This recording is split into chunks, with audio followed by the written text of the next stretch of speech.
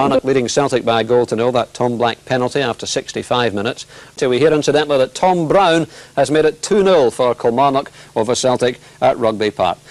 At last, said the Ibrox electronic scoreboard, as £4 million man Duncan Ferguson. Well, Kilmarnock have had a hard old week, 2 matches against Rangers in the Cup semi-final. It would seem that it didn't show at Rugby Park this afternoon. Ron Marshall. Well, not for the first time this season. I've watched a match where you'd be hard-pressed to tell which was the team chasing a European place and which was struggling to avoid the drop. And Kilmarnock certainly gave Celtic a lesson in spirit and perseverance. The first half didn't have a lot to recommend it. Killie had good cause for complaint after 17 minutes when Gary Gillespie handled a Tom Brown shot in the box, but the referee decided it was accidental. Mlln had a couple of slip-shot attempts at holding high balls, while late in the half Brown and Mitchell had good chances for Killie. 6 minutes into the second half, Bobby Williamson had a golden opportunity to give Killie the lead when he headed a beautifully flighted cross by Ali Mitchell just over the bar. Then the breakthrough in 64 minutes. Mike Galloway upended Sean McSkimming in the penalty box, and Tom Black gave Mlln no chance with a kick.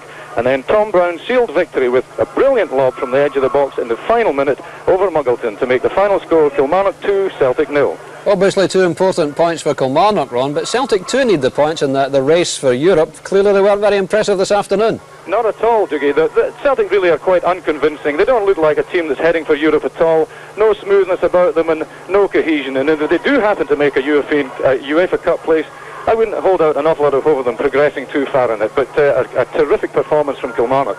Thanks very much indeed, Ron. Yes, another disappointing afternoon for Celtic, but all credit to Kilmarnock. It's been a hard week for them and 2 important points in the battle against relegation. Celtic and Hibs both lost today. That does their chances of a UEFA Cup place no good at all. And for the first time this season, Dundee are not at the foot of the table, that unenviable place now occupied by Raith Rovers after their heavy defeat at Ibrox. The 2 Toms, Black and Brown, were Kilmarnock scorers in a deserved 2-0 win over a disappointing Celtic side. This is the moment things literally came to a head at Ibrox, and it could have serious repercussions. Kilmarnock showed they've got the bottle for the fight against relegation by taking the points against Celtic.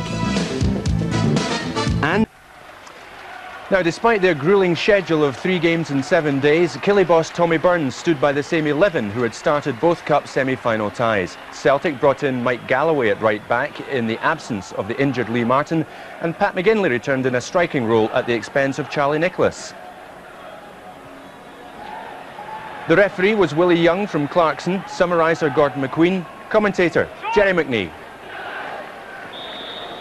Away we go in a vital afternoon for both clubs. Celtic chasing a place in the UEFA Cup, and for Kilmarnock it's all about survival. Well, Killie have had a miserable run since losing to Celtic at Parkhead on the 1st of March, winning just 2 out of their last 8 league games. And Celtic not too bright either, winning just twice in the last 6 league games, and taking just 4 points out of 8 at home. And Kilmarnock with a difficult time ahead of them. After Celtic today, they have Partick Thistle away, Raith Rovers here, Dundee United away, Motherwell away, Rangers at home, and then Hibernian away. So 4 of the last 6 games away from home. It's a tall order for Tommy Burns and his players to stay in the Premier Division with 3 being relegated. But there's a hefty challenge being made, and Rudy Vata in considerable pain. The long ball played through there by McNally. Yeah, I think he's landed very heavily in his wrist here, and it looks to me as if he's almost certainly broke it. In fact, the Celtic doctor running onto the park now, but it looks as if he's broke his arm or broke his wrist. A very nasty one indeed. Andy Mlln coming across to meet him, and the Celtic player going high into the air and then landing heavily. So the Celtic physio and the doctor attending to the injured player. Charlie Nicholas looking concerned. And Lou Macari has to change things immediately.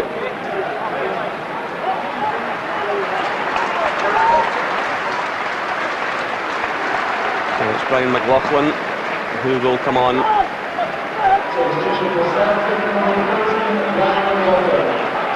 So on comes the youngster who's performed so well in the reserves and has broken into the first team squad of late. So Mitchell, assistant play by Mitchell, and Faulkner concedes the free kick to Kilmarnock.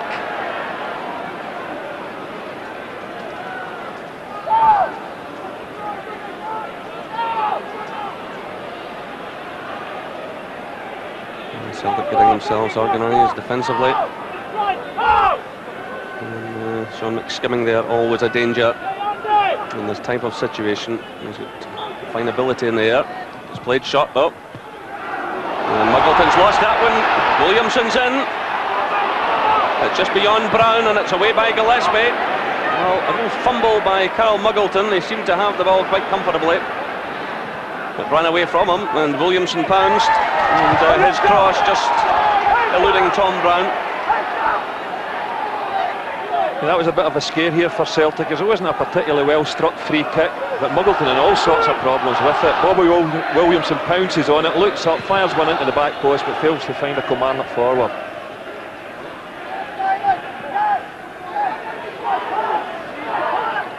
This is Montgomery. Threads that one through nicely to Black. This is McSkimming. And Faulkner for the second time in a couple of minutes, giving away a free kick, and he'll be spoken to by the referee. So left in no doubt that the next one will be a yellow card. This is Andy Mlln, who picked up the man of the match award against Rangers at Hampden last Sunday. Out comes Muggleton, who's lost it again. He's challenged there, and not the most confident of starts by the Celtic goalkeeper. His 13th game today. He had 6 shutouts in his first 7 games, but none in the last 5 matches. And he'll certainly not be pleased with the start he's made to this match. Well, a mix-up there involving Galloway and McLaughlin. That allows Black to step in. Little touch there by Williamson, flinch for a handball there. And the referee waving play on. It was Tom Boyd who made the challenge on Tom Brown, and claims for handball. But the referee was right up with the play. Yeah, well, I don't think Kilmarnock fans are too happy with referees this week. When Tom Blackett fires this one in, comes off Tom Brown, but it looks unintentional to me.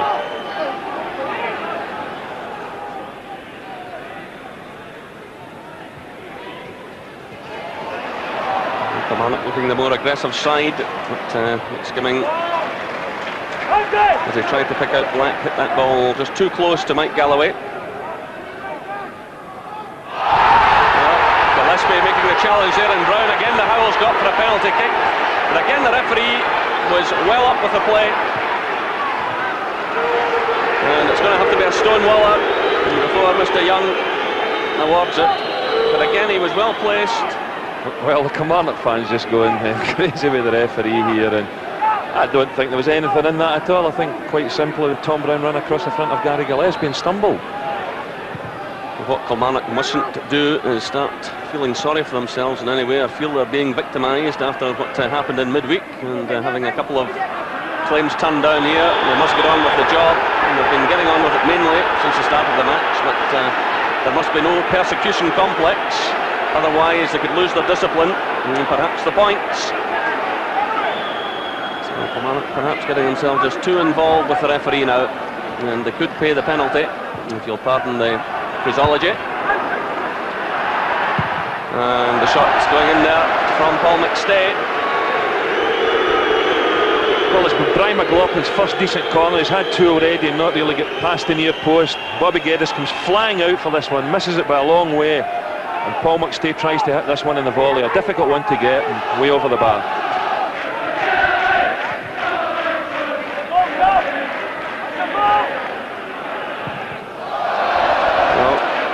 I did say it was Muggleton's 13th game today, and it's proving a trifle unfortunate for him so far, but still his goal intact.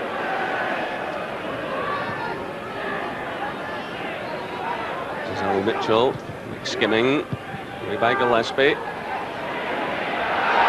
Donnelly solidly challenged again there by Ray Montgomery. This is Brown, and McNally helped there by Tom Boyd to mop up that situation. Yeah, it was a nice through ball from Mitchell that Tom Brown pounces on, but look at that for a tackle from Mark McNally. First class defending.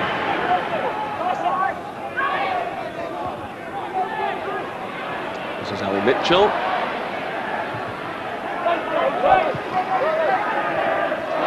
play by Black, nutmegging McLaughlin there. And now finding Tom Brown. McNally comes to meet him. McNally got enough into his challenge there to take the sting out of Brown's cross. It's a lovely bit of skill by the left back, Tom Black, as well. Just nutmegging young Brian McLaughlin, sending the ball out wide. But as you say, McNally just does enough here to stop Tom Brown getting a decent cross in. It's Paterson in ahead of Donnelly. Comes off Brown. That was a solid challenge by McSkimming to give Kilmarnock possession again. Now it's Mitchell. Good running by MacPherson. The early ball for Brown.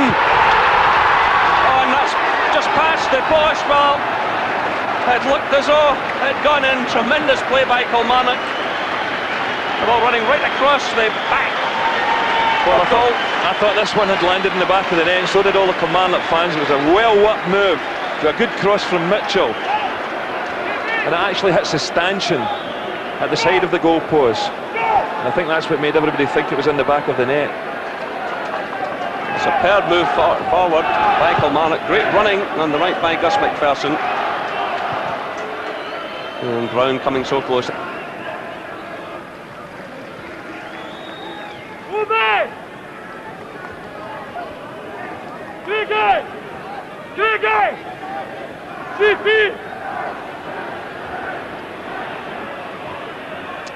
McSkimming forcing the ball through to Brown. Faulkner gives chase. Brown needs some support here, or does he? This is Ali Mitchell. Williamson's in the middle. It's Mitchell! And so close.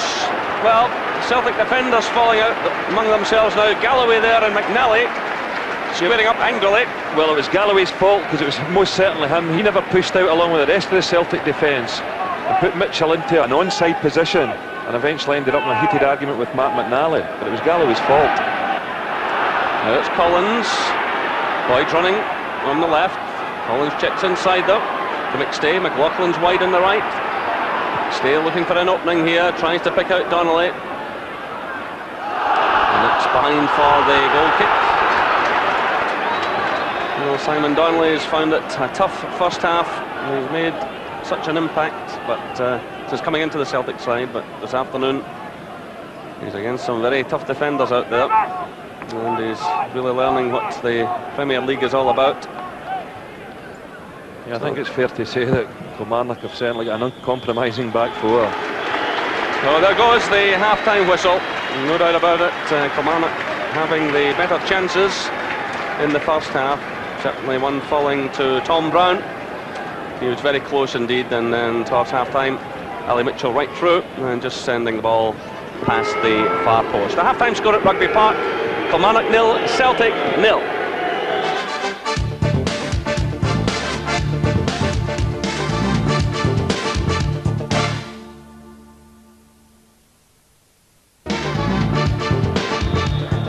Now we will go for the second half.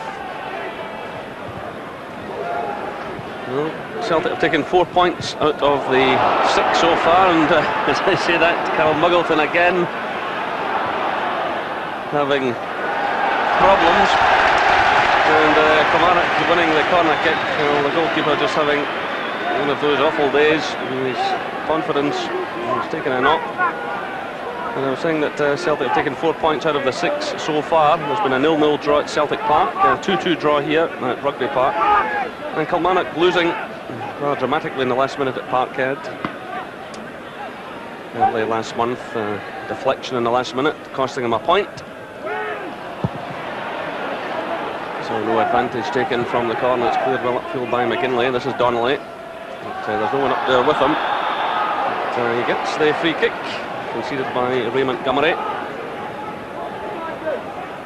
Get Bonner back!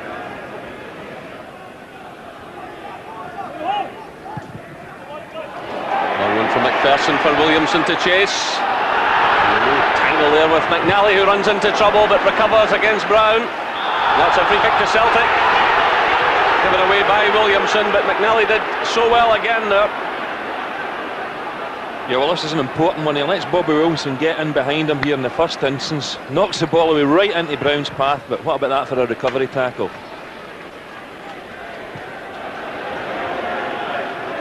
This is Faulkner for Celtic.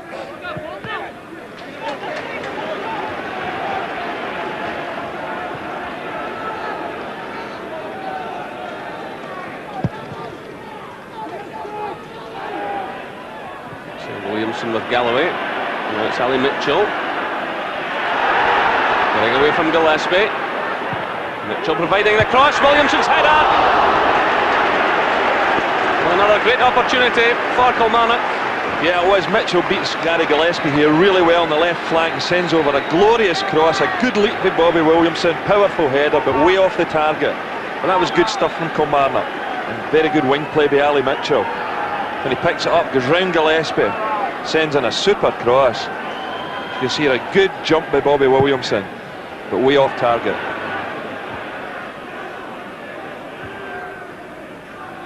Somebody needs to get the ball back in the ground. Not much can happen. Charged down by McGinley. Claims for handball. Referee waves play on. And Collins goes down, and this will be a booking for Gus MacPherson. Person turning angrily towards John Collins. Yeah, well, just prior to this, I mean, the Kilmarnock fans not happy at all. They felt McGinley palmed the ball down. It broke out to John Collins, and MacPherson fouls him here. Maybe a little bit harsh, the booking, but I think the referee Young's had a decent game so far, but I'd maybe better whisper that because there's some Kilmarnock fans just below us here in the ground, and they're not happy with him at all.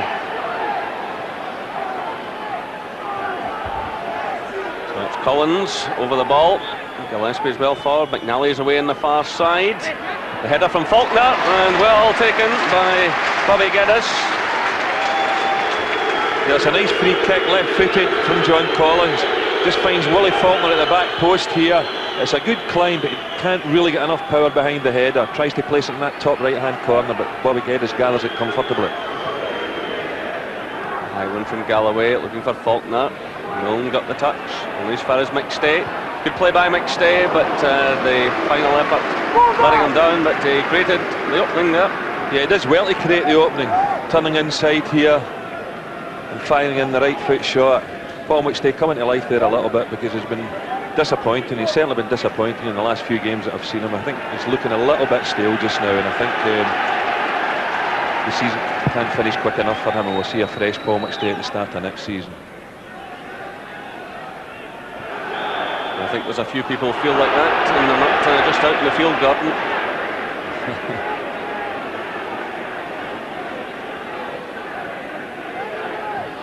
So here come Kilmarnock. Good miss kick by McNally.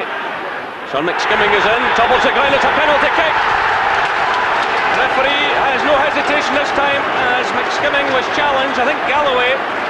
Well, it was going to happen. I mean, it's a very poor attempted clearance here by Mark McNally, but he gets the tackle in. The ball breaks to McSkimming. Galloway comes across, upends him. There's been one or two scares in the penalty box already. Kilmarnock fans not happy about two decisions in the first half that they felt should have went Kilmarnock's way. Well, they've eventually got the penalty kick now. As you can see here, a poor clearance by McNally. Ball breaks to McSkimming. Galloway comes running across. Referee right on the spot, penalty kick. So a vital one this for Kilmarnock. Tom Black has scored 2 already this season. Can it be 3? It is! His 3rd penalty of the season. His 4th goal overall. 64 minutes gone. Kilmarnock 1, Celtic 0. Yeah, it was a beautifully struck penalty here by Tom Black. He really has got a delightful left peg. He's had a terrific game as well, and that's a deserved lead for Kilmarnock. He really does strike these well. Mlln, absolutely no chance. Kilmarnock 1, Celtic 0.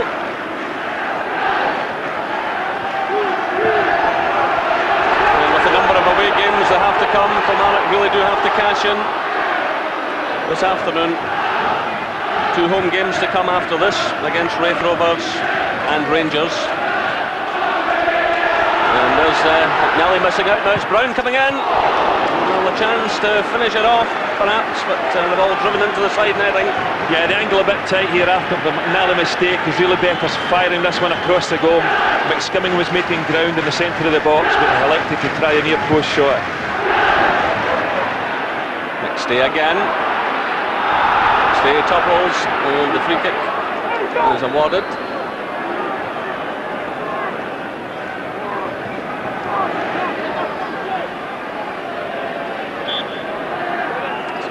Defensive wall lines up.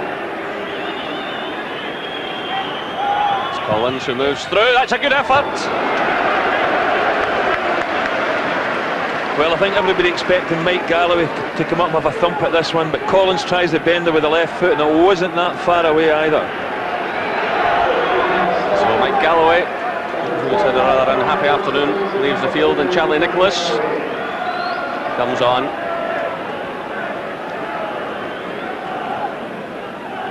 Celtic reorganising, and Tom Boyd will move over to the right-hand side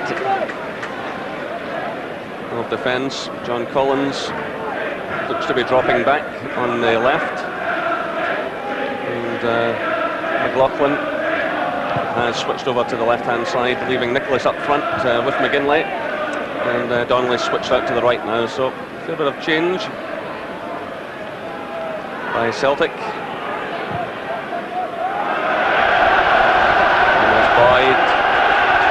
Just a few moments ago made that poor pass on the left-hand side, struggling now out there on the right, and Kilmarnock now will make a change.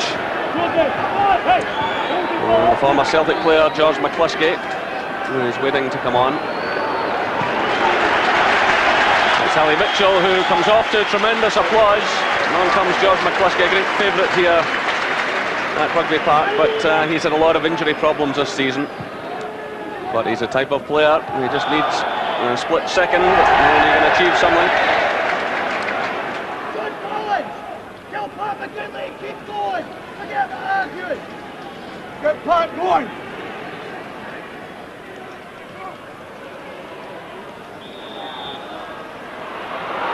And again, it's Celtic's ball. Free kick conceded by Bobby Williamson. Gillespie has moved forward with McNally for Celtic.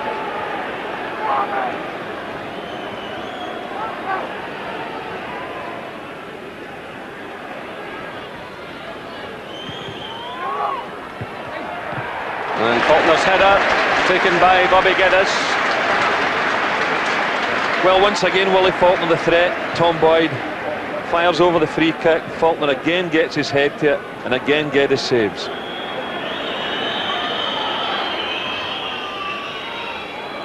This is Charlie Nicholas.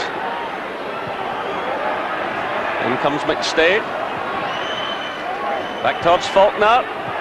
Donnelly's in there. Punched away by Geddes. And Donnelly's taken a serious knock. So too is the goalkeeper. Geddes bravely diving out there, and the young Celtic forward also showing a lot of bravery. They both went for that ball. Yeah, when McStay whips this one back in, it's eventually headed down here by Faulkner, and young Simon Donnelly and Bobby Geddes, neither of them pulling out of that one, and both ended up in a nasty collision.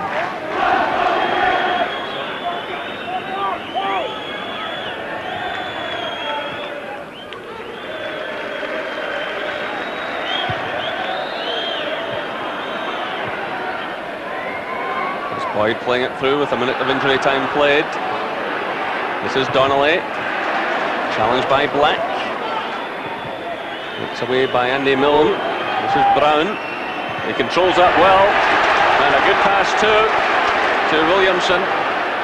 That was excellent play by Brown. Still Williamson getting through. Just keeping the ball in play. Get away from McNally initially. Now it's Brown. Lobbing the goalkeeper. Oh, that's magnificent. That is an incredible goal. It all began with tremendous control by Tom Brown in the middle of the field. He chested the ball down, sent it through to Williamson. He stepped away from McNally, kept a very cool head indeed, knocked it back towards Brown, and he just flipped it over Muggleton, and that's as good a goal as you'll see this season. It's Kilmarnock 2, Celtic 0. Yeah, it's a great forward run by Bobby Williamson, very strong indeed. Just patient here, looks up, sees Tom Brown running in, a player that I mentioned earlier wasn't the greatest technical player. I maybe have to take that back after that goal. That was a magnificent strike. And there goes the final whistle. 2 tremendous points for Kilmarnock and the supporters, thoroughly deserved. And there's the hero of the afternoon, but really every one of these Kilmarnock players deserves great praise. The final score at Rugby Park, Kilmarnock 2, Celtic 0. There was 1 yellow card for Killie, 2 for Celtic. Over 11,000 watched it. Jerry spoke to Tom Brown, but first to Tommy Burns. At one stage it looked as though the legs might be going a bit in terms of the team, and yet you look at that performance today, they seem to have turned the corner again. Yeah, I think for any team, Jerry, it's very, very difficult to go and play 2 big semi-finals at Hampden, especially for a lot of our own players that have never been at that level before, to go in there and all the pressure and expectations that go with it. To go in and come through 2 games and give a great account of themselves, then come into a 3rd big game against Celtic, who are going for a place in Europe, and to go in again, and I mean, certainly the level of fitness never dropped any, and that's a great tribute to the players here, because the one thing they are is very, very fit, and they play with a great passion for the club, and I'm sure the supporters appreciate that. There can be few more pleasing things for a manager than to witness a goal like your second goal today. Yeah, well, I think Tom Brown scored 3 or 4 very, very good goals for us this year. And I think there's been times during the season we've tried to bring in a striker, and I think had we done that, then possibly Tom Brown may not have got as many opportunities as what he's had. So it's been probably a blessing in disguise, because we feel we've found the right player now. You're not exactly of Mark Hateley proportions, but you were certainly winning the ball in the air out there again today. Yeah, well, I get a bit of slagging off the boys in the team for being maybe the smallest in the team, but they appreciate that I can jump for a ball, so they play to my strengths, you know. Now, the goal itself, have you scored a better one? I don't think so. Not in senior football anyway. The ball came in the middle of the park and I got a shout, I had time, so I brought it down my chest. I knew Bobby was wide on the left, so I just swung round and played him in. But Bobby done great, he done magnificent. Got in the box inside McAnally, got a wee bit of time, gave me time to reach him and then cut it back, and we just scored from that, yeah. Well, Jerry, a great result for Killie, but can they stay up? I hope they can. It's going to be very difficult, Jim. As I said in commentary, 4 of their last 6 games are away from home. They achieved wins at Ibrox and other difficult places earlier in the season, and they have been a breath of fresh air. I think everyone admires their spirit, and that's epitomised by their manager, Tommy Burns. And what a tremendous piece of business by him bringing Tom Brown. Gordon and I watched him in the Junior Cup final less than a year ago, and he's really taken to the senior game tremendously well. He'll turn 26 later this month. He's got a lot to offer. He was sent off in the last game at Rugby Park against Celtic, but what a terrific day he had yesterday. And the lovely thing I think about his goal, which we'll see in a moment or two, is that having taken the ball down in his chest and made the pass to Williamson, he didn't stand back and admire things, he kept moving, and that's what Kilmarnock are all about. Yeah, I think the thing that impresses me about him most is his aerial ability. I mean, I remember Tom Brown right from years ago in his Dorai Thistle days, and when I watched them a few times when my brother used to run Dorai Thistle, and he really has got exceptional aerial ability, and this is the goal that Jerry's just mentioned here. I mean, it's terrific chest control and a great ball out. Now he's 15 yards inside his own half when he plays that ball. There's a great run forward with Bobby Williamson, but look at the ground he's made up. And what about this for a finish? Controls it and just clips it over the top of Carl Muggleton. But the whole Kilmarnock side, I mean, they play with such spirit and enthusiasm, and it's a credit to their manager that the players are willing to work so hard as they do. I mean, coming out of 2 big semi-finals like that, because they really put a tremendous amount of effort in it. And to be perfectly honest, they just ran Celtic into the ground, and that's the last thing you expected after 2 tough games like they've had. Well, so much for Killie. What about Celtic? They are not achieving results. It's not just a matter of bad results, Jim. You've got to look at why they're playing with such a lack of spirit and commitment.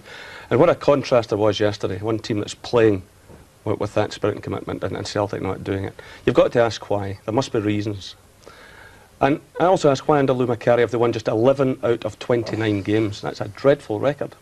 Now, the squad we know is not good enough. Everybody knows that. But, you know, players like Tom Boyd, John Collins, Paul McSkimming, they're not bad players, but they're underachieving as well. There have got to be reasons for this.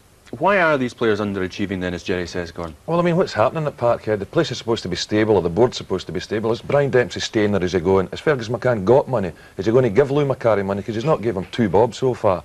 And they can't expect Lou Macari to come in and work miracles at Parkhead if they're not going to give him any money. He's inherited a poor squad. I mean, Celtic are just another team now.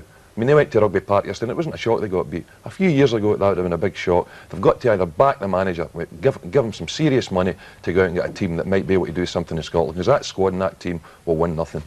And the Celtic supporters must be frustrated, Jerry. After everything they've gone through, where will the club go from here? Well, the Celtic supporters won't take any more nonsense, and that's shown in the crowds. I mean, 36,000 turned out for the match against Motherwell once the takeover had happened. Since then, they've played 5 games. They've played to 14,000, 10,000, 16,000, 18,000, and just 11,000 yesterday. And teams like Kilmarnock, clubs like Kilmarnock, are suffering because there's no travelling support. But I go back to the point that there is a bitterly unhappy dressing room. Why? What has happened to make it that way?